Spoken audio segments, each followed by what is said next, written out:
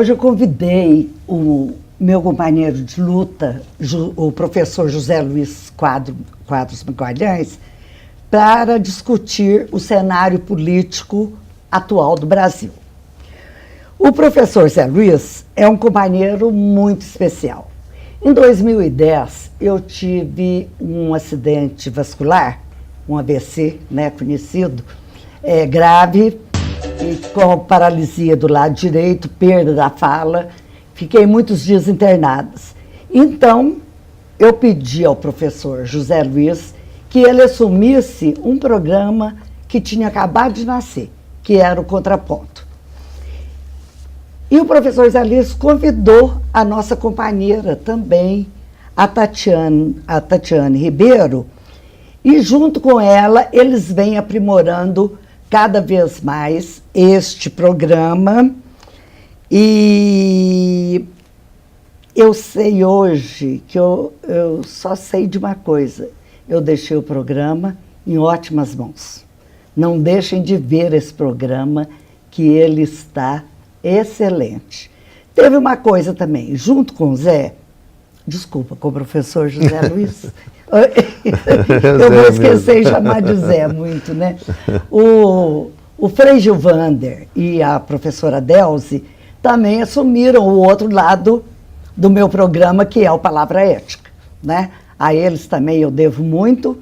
E quando eu saí do hospital, que eu não tinha condição ainda de assumir o programa, fiquei muito tempo afastada, quando eu pude voltar, claro que eu não tinha coragem de pegar nenhum programa de volta. Nós acrescentamos mais um item ao Palavra Ética e aí nós estamos aqui. Então, o professor José Luiz, além de companheiraço, né? Ele é advogado, pós-graduado em Direito Constitucional, com livros sobre o tema, com blog. Nós vamos pedir até para colocar até o final do programa a forma de encontrá-lo, né? E muitos debates. Ele vem colocando essa questão que eu resolvi chamar os escondidinhos da Constituição. Os escondidinhos da Constituição são temas que ninguém quer falar em viva voz para todo mundo escutar. Como, por exemplo, a função social da propriedade. Isso aí é cochichado entre nós. Nós queremos ajudar ao pessoal que hoje está acampado, né, que está sofrendo ações da polícia. Nós queremos contribuir, já que não temos a agilidade física para estar lá pessoalmente, nós queremos ajudar com esse programa, colocar muita coisa aqui também sobre esses pontos.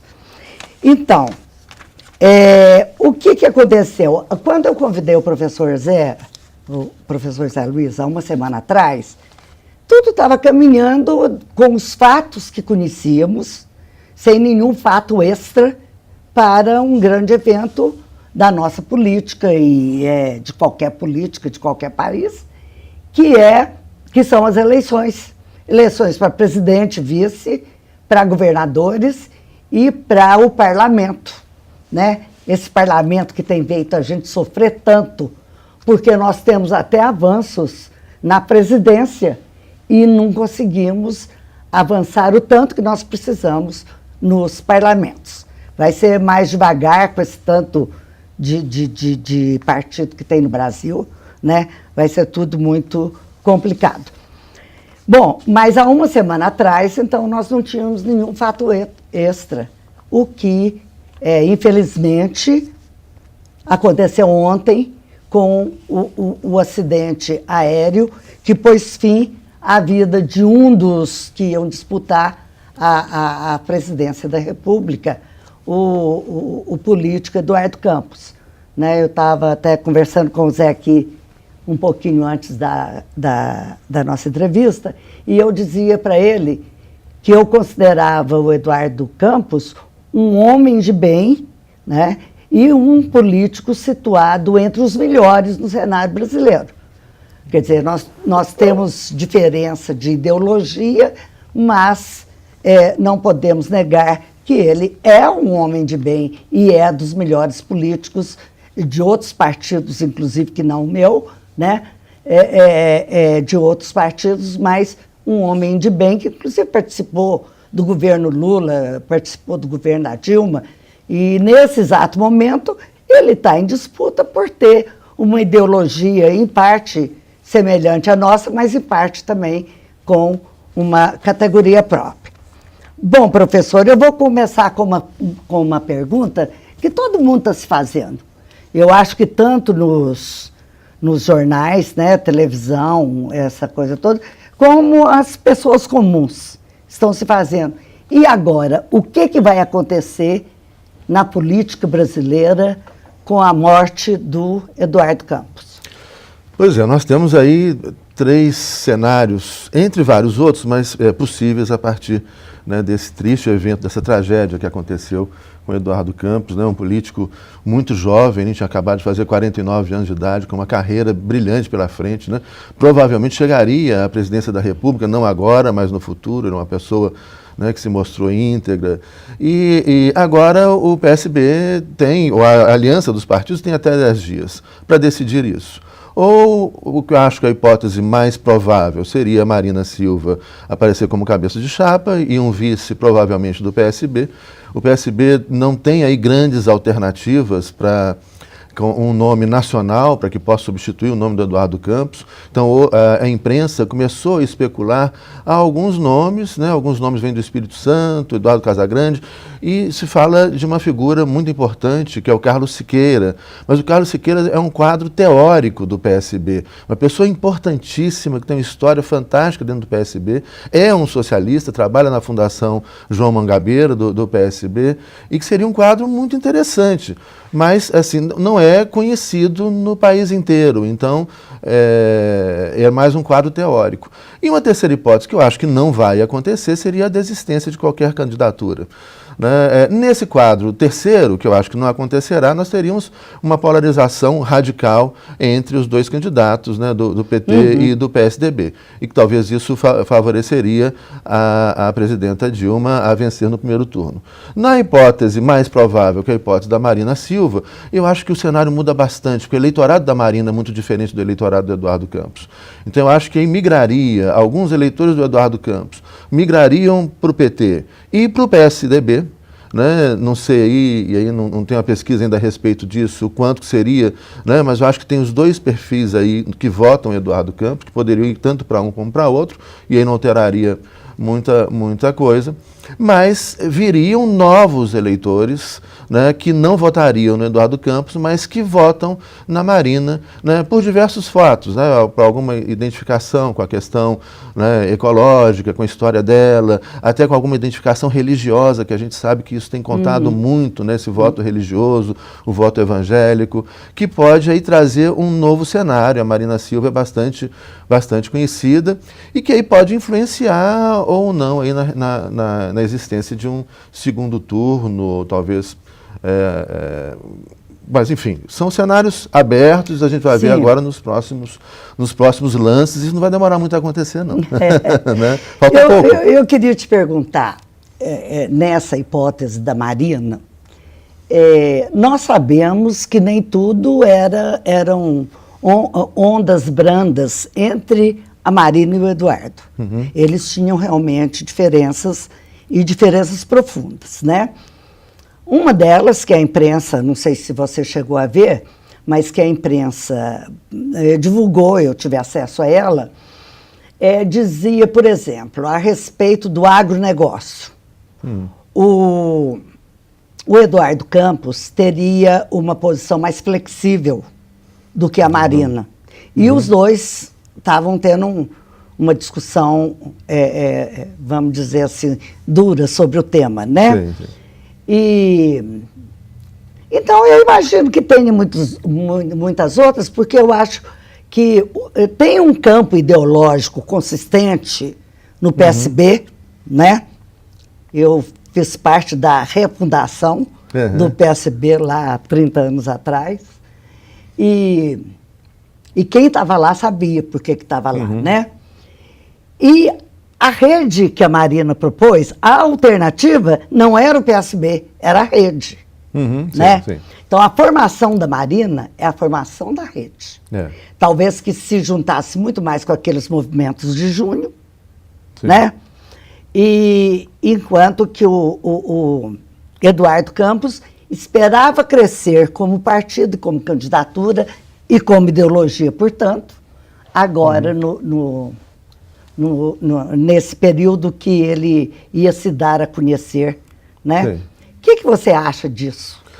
Pois é, olha, eu acho o PSB também eu participei, eu não fui filiado ao PSB não, mas eu participei e fui durante um período diretor da Fundação João Mangabeira, aqui em Minas Gerais, e trabalhei com uma turma excelente, né, que nós todos conhecemos, aqui do PSB de Minas, há alguns anos atrás, e tinha um perfil bastante ideológico, né, tinham publicações muito interessantes do PSB, publicaram até alguns trabalhos meus sobre socialismo, etc. Tinha todo um processo de formação política. Enfim, era um partido e, principalmente, a Fundação João Mangabeira tinha um perfil ideológico. A partir de um momento, que também nós sabemos, né, a partir de um momento houve chegaram algumas pessoas ao PSB sem nenhuma identificação com a proposta socialista, com a ideia do socialismo democrático, ou com a própria história do PSB. Pessoas pragmáticas, muitas vezes que tinham dinheiro para suas campanhas, etc. E isso fez com que o partido, se de um lado até o partido cresceu, e cresceu bastante, né, conseguindo alguns governos estaduais importantes, o aumento de deputados federais, né, de outro lado, ele foi descaracterizando um pouco o seu perfil ideológico. Né? Eu acho que há aí dois PSB, vou dizer assim. Mas isso é um fenômeno que depois a gente pode discutir, um fenômeno que vai acontecendo no mundo inteiro, que é essa perda muito de uma conexão com um programa definido, com uma ideologia definida. Há um PSB ideológico ainda, Eduardo Campos sempre foi um cara moderado, vamos dizer assim, um social-democrata moderado, não chega a ser um socialista, né? Mas você tem socialistas no PSB e tem outros candidatos com perfil extremamente pragmático e vinculados a outros interesses, etc. Então, eu acho que agora o que vai pesar, eu acredito, vai ser alguma coisa mais pragmática.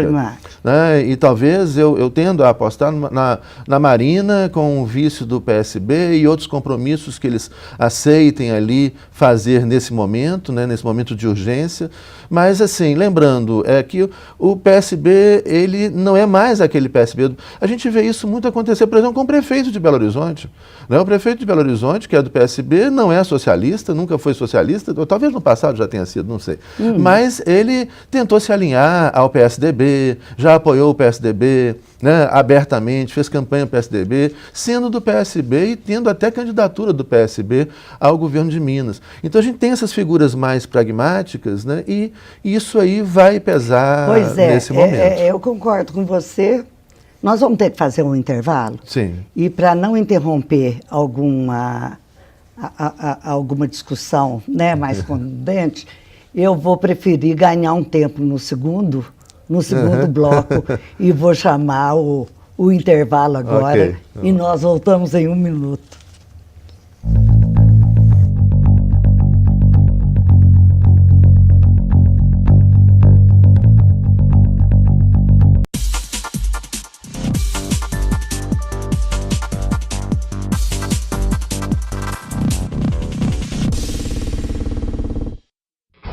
Campeões preparados para derrubar adversários e que sabem como ninguém o que fazer em meio a uma confusão na rua. Aí a gente foge da briga. A sua vida vale mais que qualquer discussão. No Brasil, milhares de pessoas são mortas por impulso. Conte até 10. A raiva passa, a vida fica. Paz, essa é a atitude. Uma campanha do Conselho Nacional do Ministério Público e ENASP.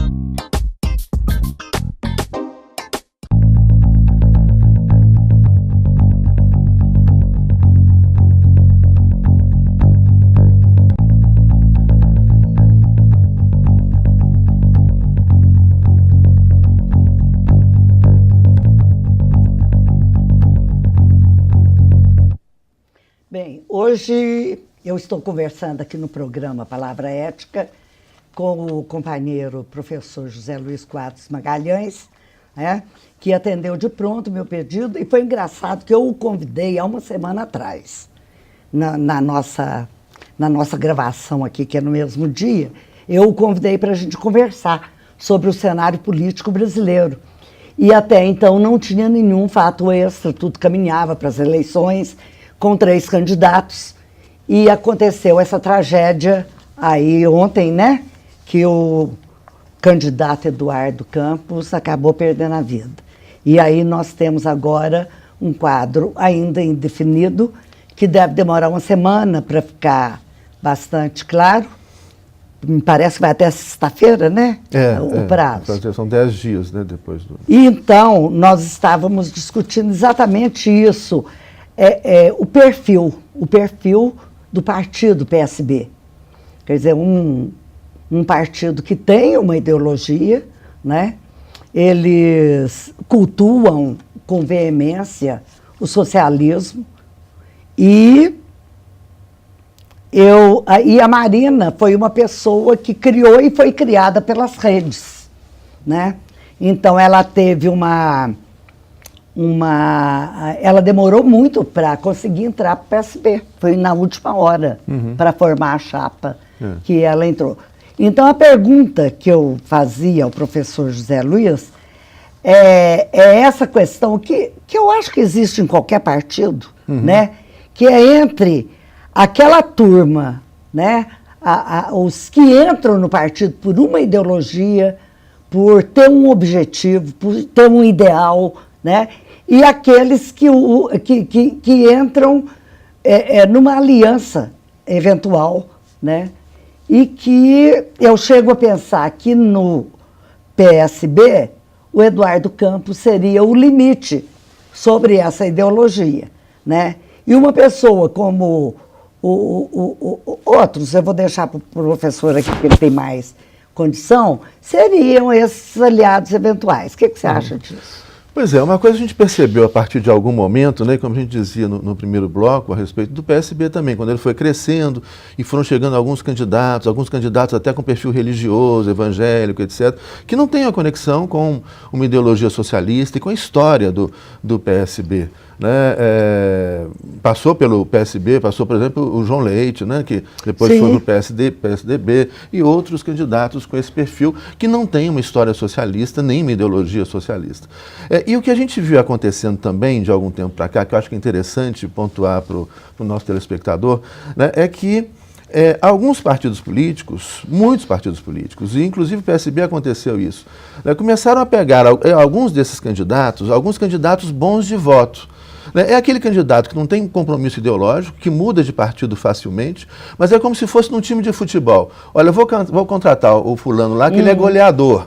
Né? Então eu vou pegar aquele candidato ali, que está ali sem partido agora, trazer para o partido, porque ele é bom de voto e pode trazer votos para os outros nossos candidatos que têm um perfil mais ideológico.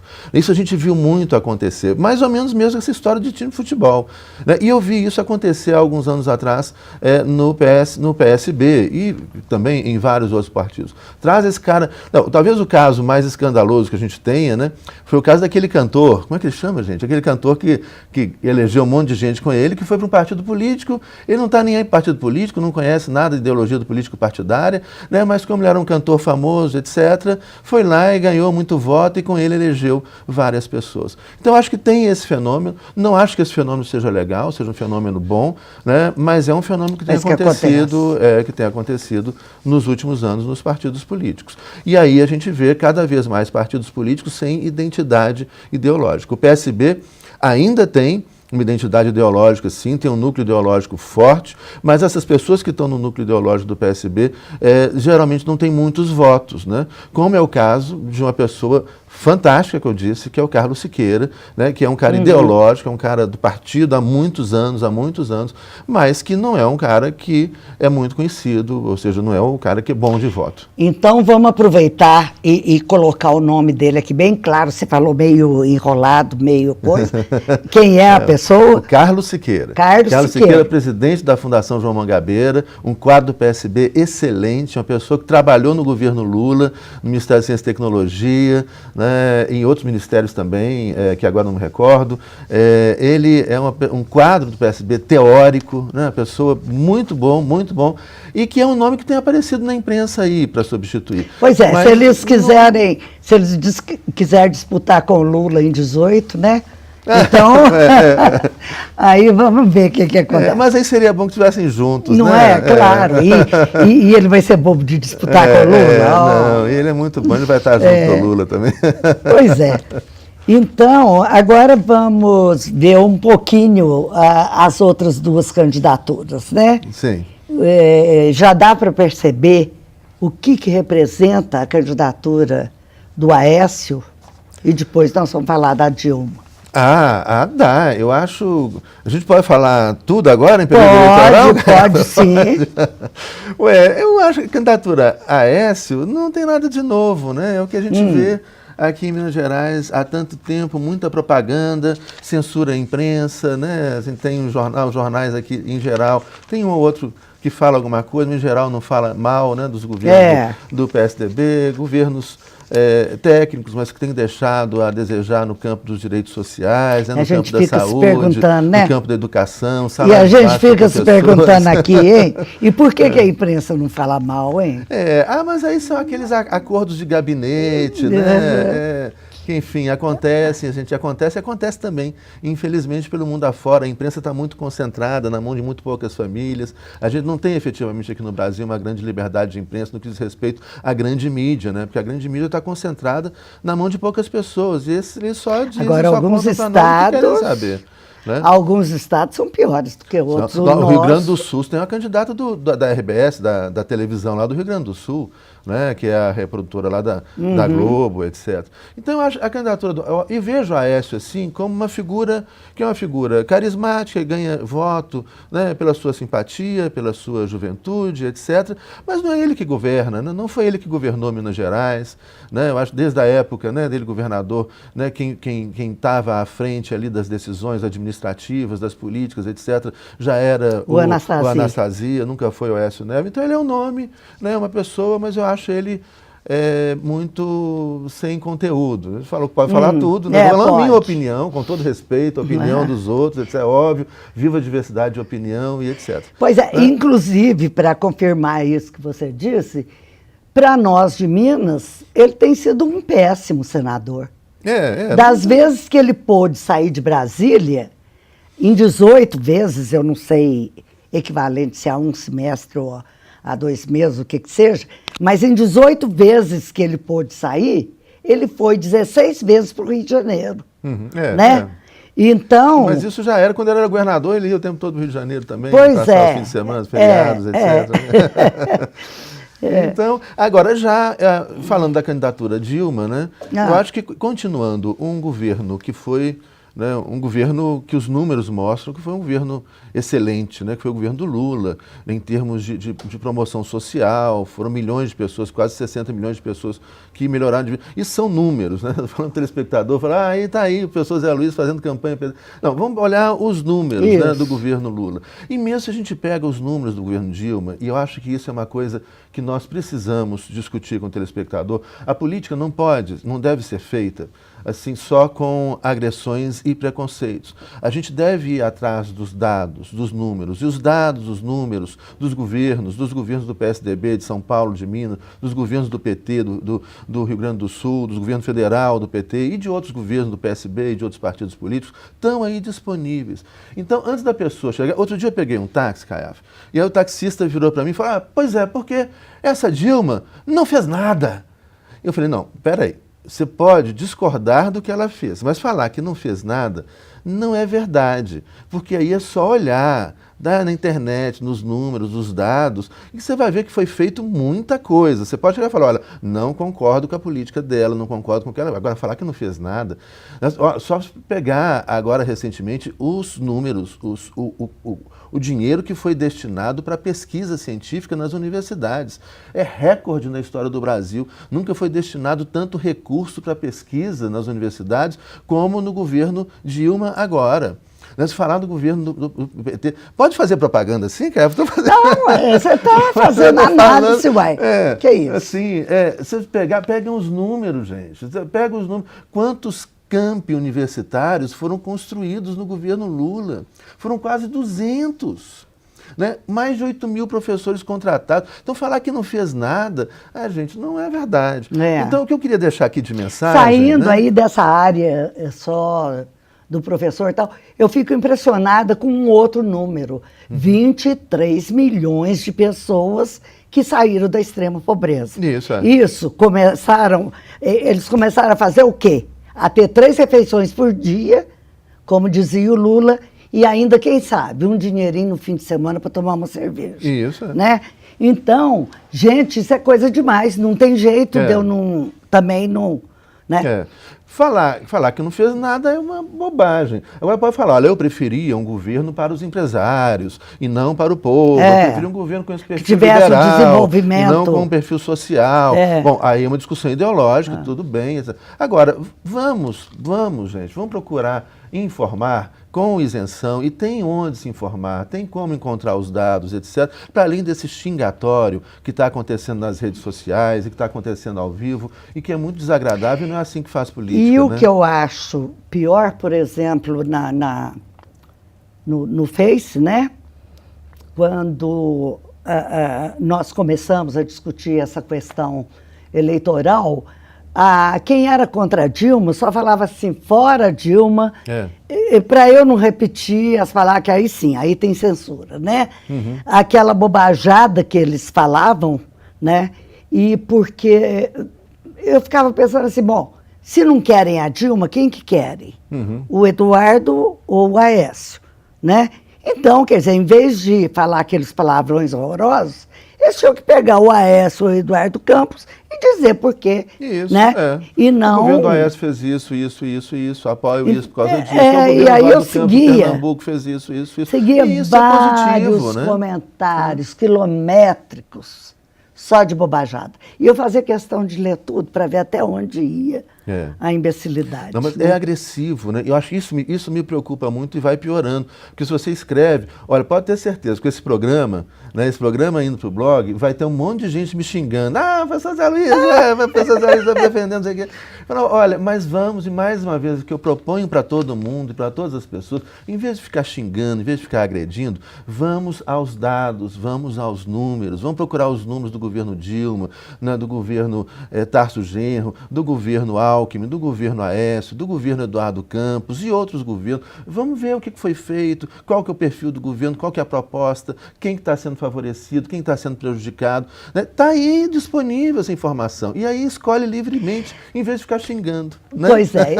Eu tive um caso muito interessante que eu vou te contar, que eu estava conversando com uma pessoa que trabalha comigo em outra área, e ela, então, me dizendo assim, que ela ia talvez votar na Marina, porque tem lá a decisão da legislação sobre o caso dela, ficou parado, e que, então, quem sabe se a Marina resolvia. Eu peguei e ainda brinquei com ela, falei assim, olha, em time que está vencendo, a gente não mexe.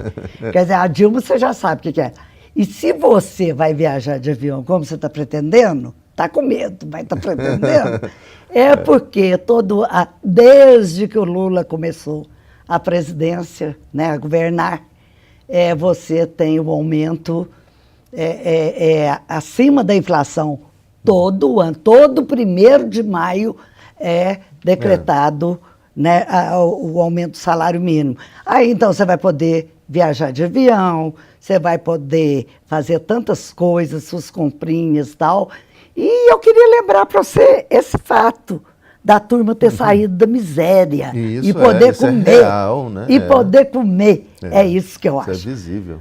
Bom, gente, infelizmente o nosso tempo terminou. Eu sei que é uma discussão que vai estar em todas as mesas, nos botecos, dentro de casa, nas escolas, né? Porque esse momento é o momento máximo mesmo é o evento político por excelência.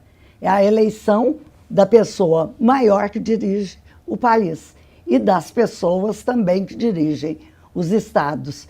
E vamos fazer um rogo aqui, vamos rezar, vamos pedir para as pessoas melhorarem esse parlamento que nós temos, porque com o parlamento que tem, não adianta nós termos excelentes presidentes. Eu queria agradecer muito ao professor Zé Luiz. Eu que agradeço o convite. Que atendeu o nosso convite de imediato. E queria agradecer também a todas as pessoas que nos acompanham nesse nosso trabalho. Semana que vem eu prometo estar por aqui com uma outra conversa que vai ter a participação de todos nós. Então, até lá.